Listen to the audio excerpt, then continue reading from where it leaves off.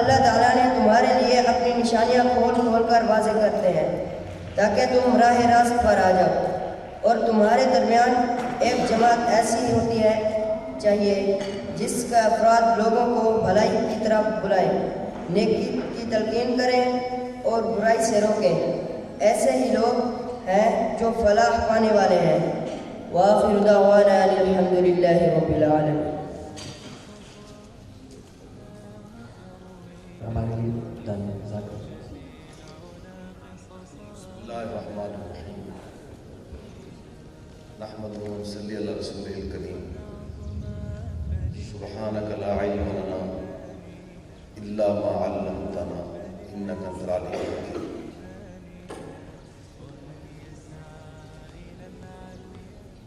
اللہ تعالیٰ کا ہم پر بہت بڑا احسان ہے، بہت بڑا کرم ہے، بہت بڑی عطا ہے کہ اللہ تعالیٰ نے ہمیں اپنی کتاب کی خدمت کے لیے، اس کی اشاعت کے لیے، اس کے احیاء کے لیے، اس کی عملی تربیت کے لیے ہماری صلاحیتوں کو، ہمارے مال کو، ہماری جان کو، ہمارے وقت کو قبول کرنا ہے۔ اس پر آدمی جتنا بھی اللہ کا شکر ادا کرے اتنا کم ہے۔ جس کتاب کی حفاظت کی ذمہ داری اللہ تعالیٰ نے خود لی ہے، قیامت تک اللہ تعالیٰ نے اس کی حفاظت کرنی ہے، اس کے احیاء کا سارے اسباب اللہ تعالیٰ خود پیدا فرمائے، صرف بندوں کا انتخاب کرنا ہے۔ تو ہم اللہ تعالیٰ کا بہت شکر ادا کرتے ہیں کہ اللہ تعالیٰ نے اس ادارے کو، جمعیت علم مقدس کو اس کے لیے قبول فرمایا، اور اس کے لیے اللہ تعالیٰ نے اپنے بندوں کو چنا۔ تو ہمارا پروگرام جو اس غرض کے لیے ہے کہ معاشرے پر اس قرآن پاک کے اثرات اور جو اس کے حامل ہوں، جو اس کو حفظ کرے، وہ اس معاشرے میں جائے تو معاشرے کے اوپر اس کے اثرات ہوں، جو اس کو سمجھے اور اس پر عمل کرے، وہ جب معاشرے میں جائے تو اس پہ اثرات ہوں، جو اس کے سکھانے والے ہوں اس کے معاشرے پہ اثرات ہوں۔ یہ ناممکنات میں سے ہے کہ ایک آدمی کے سینے میں قرآن ہے اور وہ ڈپریشن کا شکار ہے، وہ مایوسی کا شکار ہے۔ ایک آدمی قرآن کو سمجھتا ہے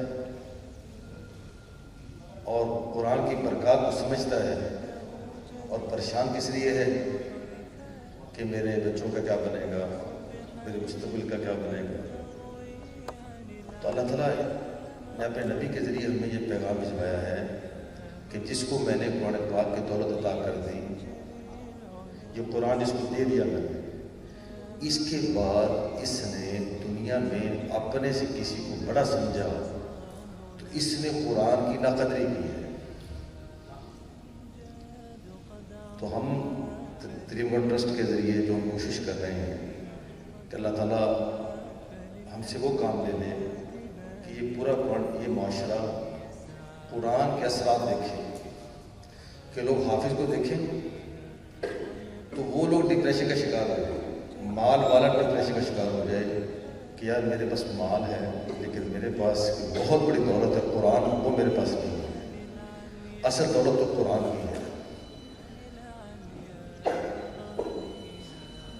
قرآن پاک کی سورۃ بقرہ ہے مثال کے طور پر، اللہ تعالیٰ نے اس میں اس سورت کے اندر اللہ تعالیٰ نے بڑی نعمت عطا فرمائی ہے۔ اس کی کئی آیتوں کے آپ اگر فضائل دیکھیں، جیسے سورۃ بقرہ کی آخری 2 آیتیں ہیں جو اللہ کے خاص خزانوں سے بنی ہیں، جس کے پڑھنے والے کے لیے حدیث بھری پڑی ہے۔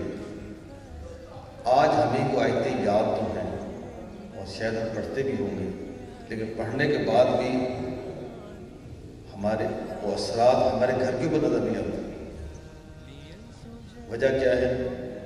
وجہ یہ ہے کہ ہم نے وہ محنت نہیں کی جس طرح دنیا کے لیے محنت کرتے ہیں، دنیا کے لیے کوشش کرتے ہیں، دنیا کے لیے سوچتے ہیں۔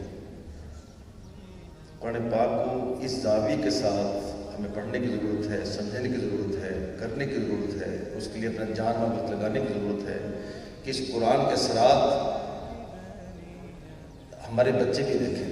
جیسے ہمارے بچے ہمارے مال کے اثرات دیکھ رہے ہیں، ابو نے پیسے کمائے ہیں تو گھر میں گاڑیاں ہیں، ابو نے پیسے کمائے ہیں تو ہماری کوٹھی، ہمارا کتنا شاندار گھر ہے۔ یہ ابو کے پیسے کی برکت ہے کہ ہم یورپ میں انجوائے کرنے جاتے ہیں، یہ ابو کے پیسے کی برکت ہے۔ تو جو ابو نے قرآن پڑھا ہے جب وہ تلاوت کرتے ہیں قرآن سے تو گاڑی اور قرآن سے جو دنیا کی چیزیں ہیں یہ تو مال سے ملیں گی، تو قرآن کی برکات گھروں میں ظاہر ہوں، قرآن کی برکات بازاروں میں ظاہر ہوں، قرآن کی برکات کالج یونیورسٹیوں میں ظاہر ہوں، تو اس کے لیے اللہ تعالیٰ نے اس ادارے کو قبول فرمایا ہے۔ اللہ تعالیٰ مزید ہمیں ہماری زندگی میں، ہمیں نسلوں میں اس کے اثرات کو چالو فرمائے، ہمیں قبول فرمائے۔ میں سب مہمانوں کو خوش آمدید کہتا ہوں، اور انشاءاللہ آج کی مجلس جو ہے اسی کی کڑی ہے۔ اللہ اس کی برکت سے ان کوششوں کو اور پاور فرمائے گا۔ جزاک اللہ۔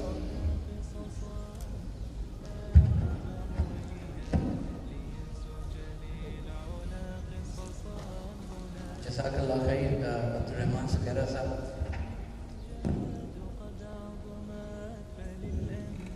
جی الحمدللہ ہمارے سامنے ایک بہت بہترین انداز سے عبدالرحمن سکیرہ صاحب نے جو ہے وہ قرآن کے فضائل اور وہ جو ہم آج اپنی زندگیوں میں مس کر رہے ہیں باوجود اپنی دنیاوی نعمتیں ہونے کے، اس کے حوالے سے الحمدللہ روشنی ڈالی۔ اب ہم تھوڑا سا یعنی کچھ ساتھی ظاہر حضرات جو قابل اس وقت تشریف رکھتے ہیں وہ ہیں کہ جو جڑے ہوئے بھی ہیں، لیکن ظاہر ہے کچھ الحمدللہ نئے چہرے بھی یہاں پہ موجود ہیں، لہٰذا ایک کوئک انٹروڈکشن اور ایک ہسٹری انشاءاللہ تعالیٰ ہمارے سامنے آ جائے۔ الحمدللہ ادارہ 1969 سے حاجی رفیع شمسی صاحب رحمہ اللہ انہوں نے جو ہے اس کا آغاز کیا، اور آغاز ہوا ان کے اپنے گھر سے۔ ایک ویژنری بزنس مین تھے اور جانتے تھے کہ یہ دل میں بات آئی اور اللہ نے ڈالی کہ میرے بندوں کو میرا کلام پڑھاؤ، اور انہوں نے پھر ارادہ یہ کیا کہ قرآن حکیم وہاں وہاں جا کر پڑھانا ہے جہاں کوئی دوسرا اور نہیں پہنچ سکا۔ چنانچہ تقریباً 80% جو ہمارے قرآن سکولز ہیں وہ تمام کے تمام 80% جو ہیں وہ پسماندہ علاقوں میں موجود ہیں۔ اسی طریقے سے پھر یہ بات آگے بڑھتی رہی۔ الحمدللہ وہ ادارہ کہ جو کہ حاجی رفیع شمسی رحمہ اللہ کے گھر سے شروع ہوا، وہ پھر بڑھتے بڑھتے الحمدللہ چندی سالوں میں چاروں صوبوں میں پھیل گیا۔ پھر دوسری طرف یہ خیال آیا کہ وہ لوگ کہ ایک طبقہ ایسا ہے کہ جو کہ ظاہر جسے کہتے ہیں they are the neglected part of the society, اور وہ لوگ ہیں کہ جو کہ کسی بھی وجہ سے جیلوں میں یا پریزن میں چلے جاتے ہیں۔ تو ان کی تعلیم و تربیت کے لیے کہ وہ ٹائم ہے جس وقت ان کے دل بھی نرم ہو، پریشانی کا شکار ہیں اور وہ وہاں سے ظاہر ایک عالم میں ایک سچویشن میں ہیں، تو ان کی تعلیم و تربیت کے لیے بھی الحمدللہ پھر یہ سلسلہ ہم نے شروع کیا، اور 1980 میں جیلوں میں تعلیم و تربیت کا سلسلہ شروع ہوا۔ آج الحمدللہ کلمہ کلاس سے لے کر درس نظامی تک الحمدللہ مختلف کورسز ہیں جس میں اسیران اور جو پرزنرز ہیں چاروں صوبوں میں بھی، گلگت میں بھی کہ جو کہ پڑھ رہے ہیں۔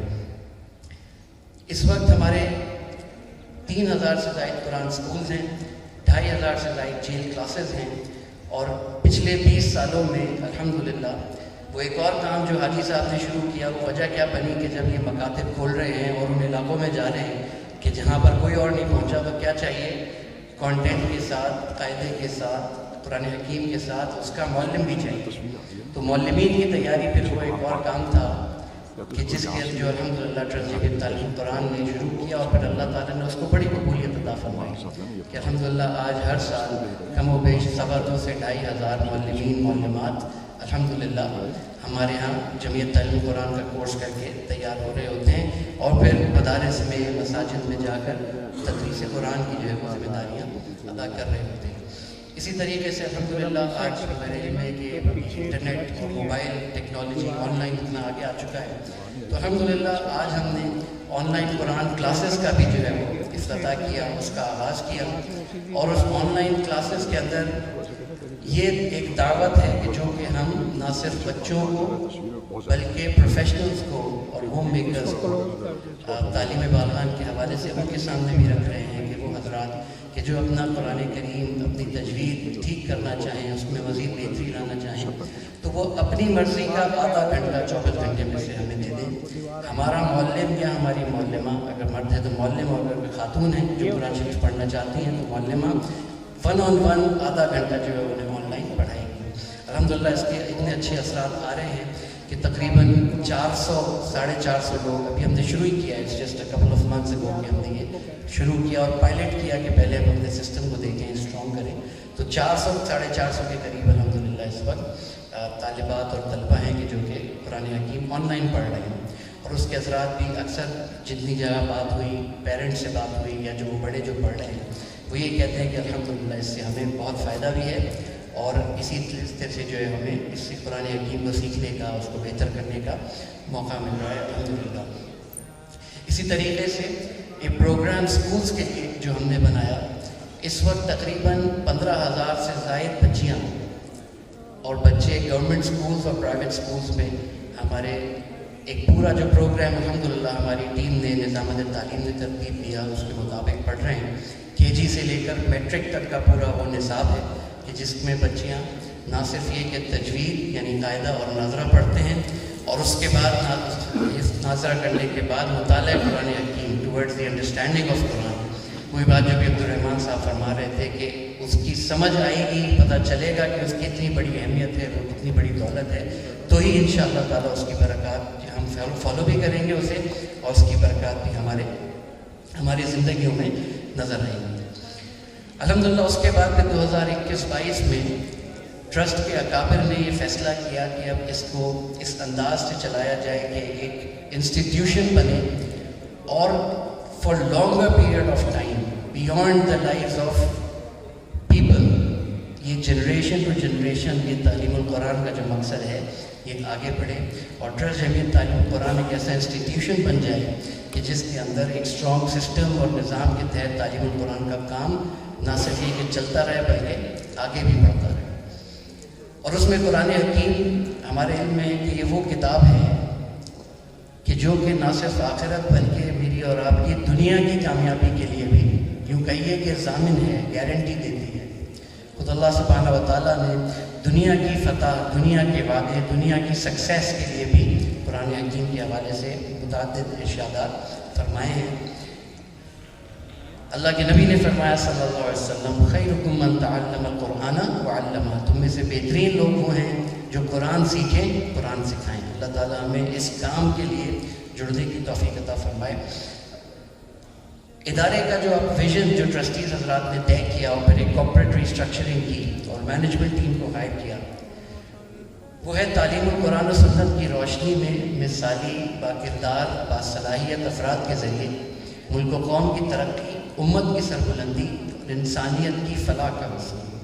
یعنی قرآن حکیم نہ صرف یہ کہ اس کو پڑھنا ہے، نہ صرف یہ کہ اس کو حفظ کرنا ہے، بلکہ اس کو سمجھ کے، اس پر عمل کر کے، اس کو دوسروں کی ہدایت کا، دوسروں کی فلاح کا ذریعہ بنانے کی کوشش. یہ وہ ویژن ہے کہ جو کہ ٹرسٹ جمعیت تعلیم قرآن کے کابر نے طے کیا.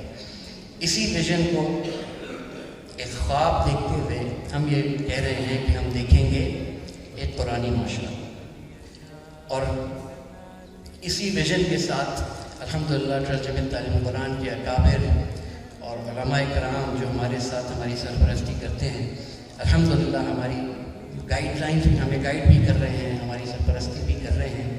ایک چھوٹی سی ویڈیو میں چاہوں گا کہ یہ جو ہم نے آج اس دفعہ کا ہمارا یہ تھیم بھی ہے کہ ہم دیکھیں گے ایک قرآنی معاشرہ، اس حوالے سے ایک ویڈیو دیکھیں.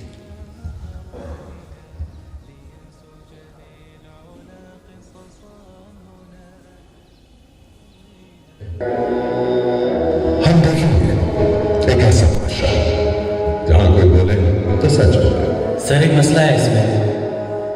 کاروبار میں نیت خدمت، یہ پلان آپ کے لیے بہتر ہے. جہاں سب کو برابر موقع ملے اور بھائی بھائی کا خیال رکھے. یہ آپ کے لیے. جہاں کوئی وعدہ کرے تو پورا کرے. بجٹ سے پہلے مل جائے گا. جہاں ناپ تول میں کمی نہ ہوتی ہو، رشوت نہ ہو، دھوکہ نہ ہو، بے ایمانی نہ ہو، انصاف ہو، گھروں میں محبت کا جذبہ ہو اور سڑکوں پہ اطمینان کا معاملہ ہو، ہر کوئی محفوظ ہو، صفائی ہو. ہم دیکھیں گے ایسا معاشرہ جو قرآنی تعلیمات کے مطابق. ٹرسٹ جمعیت تعلیم القرآن گزشتہ 54 سال سے اسی قرآنی معاشرے کی تعمیر میں کوشاں ہے،